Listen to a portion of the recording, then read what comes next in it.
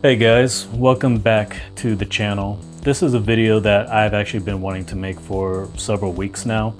I've been wanting to cast a spotlight on this girl named Emi Watanabe. Now, this girl, she's, I keep calling her a girl, she's probably way older than me, but she's the one that created the Yoshis made out of wool for Yoshi's Woolly World. In fact, that's what inspired the video game. So she just used to just make a bunch of different Nintendo characters, I guess, out of wool, and she made some Yoshis out of wool, and that inspired them to make the Yoshi's Woolly World game. So it's very interesting.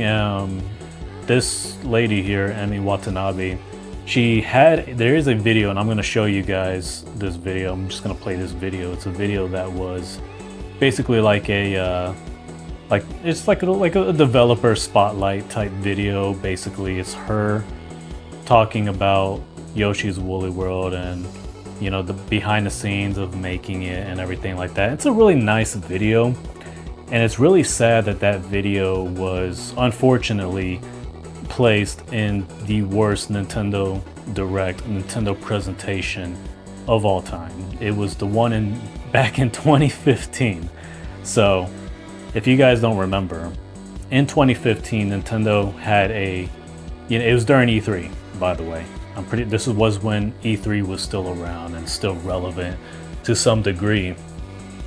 Back in E3 of 2015, Nintendo had their worst Nintendo Direct ever. People will try to say it was the one in 2008. That was their worst. I argue that 2015 was their worst because it seemed like they should have been at a point where they should have had awesome games to reveal. That was the Direct where they had puppet versions of Reggie Fils-Aimé, Shigeru Miyamoto, and Satoru Iwata, the late and great Satoru Iwata. When it came to like the presentation itself, it was entertaining because, you know, they had these puppet characters. They turned into the Star Fox characters and everything like that to introduce us to the Star Fox game, which ended up being a very disappointing reveal because of the way it looked and the fact that it was not even really a new Star Fox game. It wasn't a new experience like Starlink or anything like that. It was basically just, I think it was like it was Star Fox N64, but it was like a remake of it, and they called it Star Fox Zero. There was many things about that digital presentation that was so bad. The games they showed, it was like whatever, like games you could care less about. They showed a bunch of games that they had revealed to us many months prior. It was very stupid. Like it was like the Fire Emblem cross, you know. I'm saying like that game that was basically like a Fire Emblem. It was a cross between Fire Emblem and Bravely Default, if I'm not mistaken. That was a game that they had already shown to us. There was many other games that they had revealed. It's like, dang, why did you reveal all of these games to us if you were just going to show it again, especially during E3? It didn't make any sense. And so many people were angry about how crap it was, and it just made me feel really bad for this Emi Watanabe because, you know, her 5 minutes of fame was completely overshadowed by just how bad that Nintendo Direct was. And I always remembered just that segment alone. Like, I remember the whole thing, obviously. I remember how disappointing it was. They didn't even show off Devil's Third. There was nothing cool that they really shown off. And the way they ended it too, it was so stupid. It was like a montage of people singing the Mario theme song with instruments, and I was like, what a freaking joke, you know. The backlash was really bad. It was so bad that they had to apologize. Iwata in his deathbed apologizing at how bad it was. Man, yeah, that was terrible. Definitely their worst Nintendo Direct, and I think they finally got the hint, like, oh yeah, like we should be showing freaking games. We should be doing better when it comes to hyping up the games, marketing, and having big surprises for their big events. It just did not feel like a big event at all. It was a total letdown. And I was angry at them, extremely angry at them. And what made me even more angry at them was the fact that they did this to Emi Watanabe. I mean, I'm not saying they did anything to her personally, but it's the fact that it's like, wow, you put the spotlight on this chick, you know, you put the spotlight on her. She tells her story and how she came up with the Yoshis made out of wool, only for that to happen. But you know what? For what it's worth, she is still with Nintendo, and she is still working with other game developers on different projects. In fact, I believe she had a hand in the Princess Peach project. I think that was like one of the last things that she had worked on and whatnot. So that says a lot about Nintendo as a company, because guess what? The Wii U was their biggest, failure. It was definitely their worst era, and they were losing money. But despite that, Emi Watanabe didn't lose her job. She's still with Nintendo and she's still making money. So the main reason I thought about this video, not just because I remember her and I want to give her more recognition and hopefully more people can hear about her and whatnot, it's really because I want to just show how so many of these pretentious gamers on the internet who always cry about the prices of Nintendo's video games, like just this most recent ridiculous outrage over the $20 Pokemon games, don't care about people like her. They don't care about Emi Watanabe and all of these other kind-hearted people who passionately make great video games, because if they did, they wouldn't be so concerned with their own damn wallet. You don't care about Emi Watanabe and all these other developers who work really hard to make these really nice games for us. So yeah, these are the people that you don't really care about.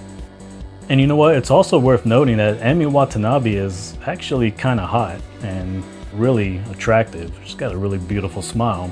Not that that really matters, because, you could be a really ugly person who's really nice and just, works really hard to make really cool things for people. So, but I just wanted to pointing out the obvious here. But yeah, I do want to just share the video. Thankfully, this video is still up. There's not a, I had to anyways, I'm not even gonna say how I extracted the video, because I don't want to give credit to the individual who thankfully, I guess archived this video and kept it alive. But I'm sure it's still available if you just go back and watch the 2015 Nintendo presentation, the E3 presentation. But, just look for this part, I guess.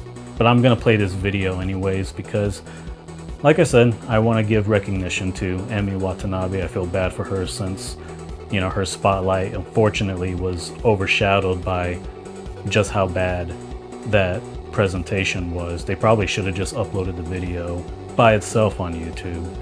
And I just want to also show that, most of these people who complain about the prices of Nintendo's video games don't care about people like her, because what don't you want Nintendo of all companies to make more money? Because here's the thing, when Nintendo was losing money, they still took really good care of their game developers. They probably had the best track record of taking care of their game developers, not firing them, not laying them off.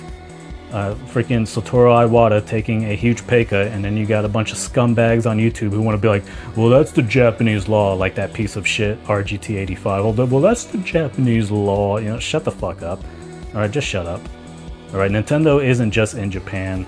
They got workers in America, Europe, and in other places. So yeah, if you're gonna care more about the prices of video games, then stop virtue signaling every time game developers get laid off by Microsoft, by PlayStation. Stop virtue signaling about how you hate AI because it's going to take away jobs from these game developers and everything like that, because clearly I don't think you guys really don't care enough about these workers.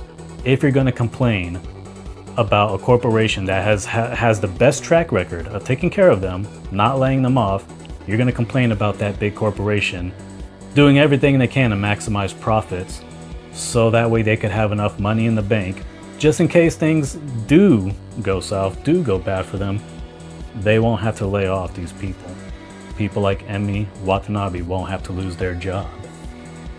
And you know what? If they lose their job, that's less video games we get to play. Alright, so with all of that being said, I will go ahead and stop talking, play the video for you guys, and give Emi Watanabe her recognition and her much deserved 5 minutes of fame here.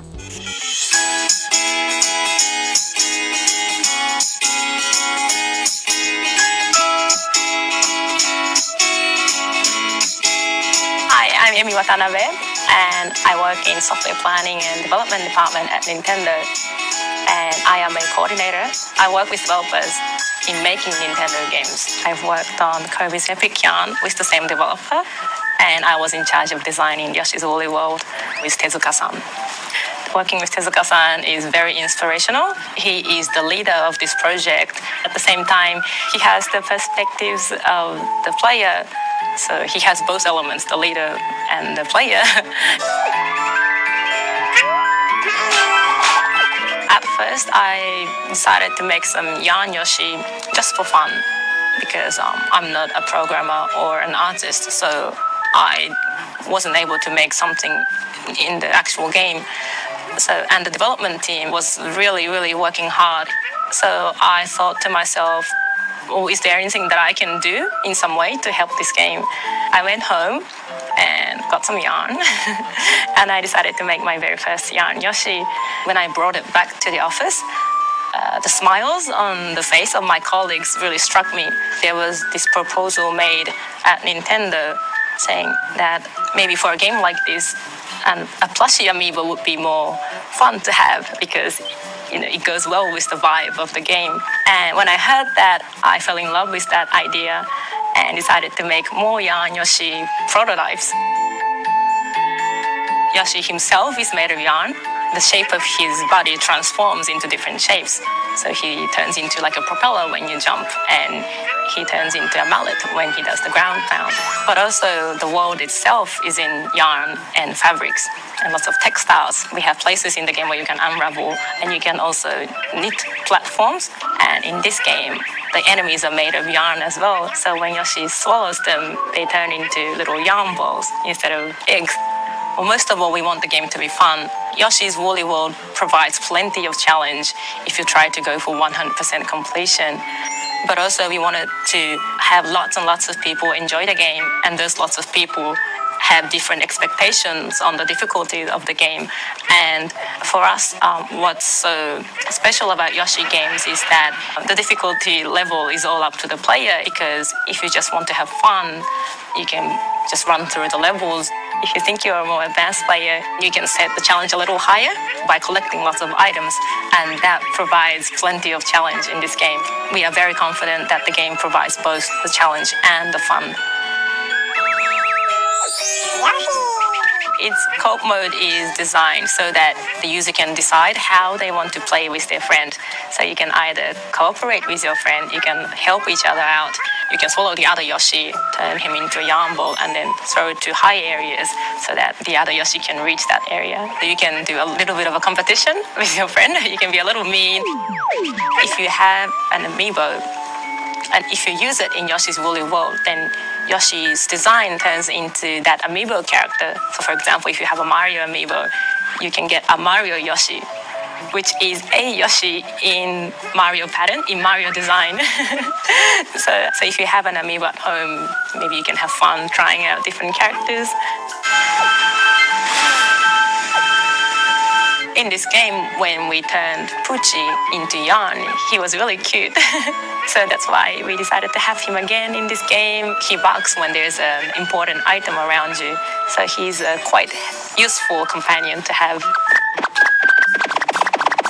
Even after you clear the level, it's really fun to go back, revisit that level, because there's always something that you missed out on. You always find something new. It would be great if you can collect all the items in one go, but that is quite challenging. So I hope people can enjoy playing the same level over and over again. Most of all, I want people to feel happy when playing this game.